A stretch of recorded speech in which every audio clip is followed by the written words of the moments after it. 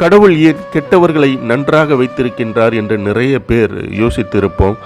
அதற்கான விடையை இந்த காணொளியில் பார்க்கலாம் வாங்க. இதற்கான ஒரு குட்டி கதை இருக்கு, மறக்காம இந்த காணொளியை முழுவதும் பாருங்க. ஒரு சிறிய கிராமத்துல வாலிபன் ஒருவன் வாழ்ந்துட்டு வரான். அவன் குணத்துல நல்லவனாகவும் பக்தியில ரொம்பவும் சிறந்து இருக்கிறான். ஆனா அவனுக்கு வாய்ச்ச மனைவி கொடுமைக்காரியா இருக்கா.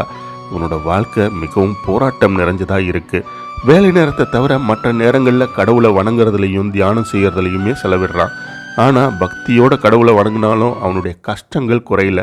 தினம் தினம் புது புது பிரச்சனைகளில் சிக்கி மனதளவில் ரொம்பவும் சோர்ந்து போயிருக்கான். ஆனால் அதே ஊரில் கெட்ட எண்ணங்களே நிறைஞ்ச பணக்காரன் ஒருவன் இருந்தான். தன் சந்தோஷத்துக்காக எந்த ஒரு செயலையும் குற்ற உணர்ச்சியே இல்லாமல் செஞ்சுட்டு ரொம்பவும் மகிழ்ச்சியாக வாழ்ந்துட்டு அவனுக்கு ஒரு நல்ல குணமுடைய பக்தியில் சிறந்த ஒரு மனைவி அமைஞ்சிருக்கா. ஆனால் அவனுக்கோ துளி அளவு கூட கடவுள் நம்பிக்கை கிடையாது.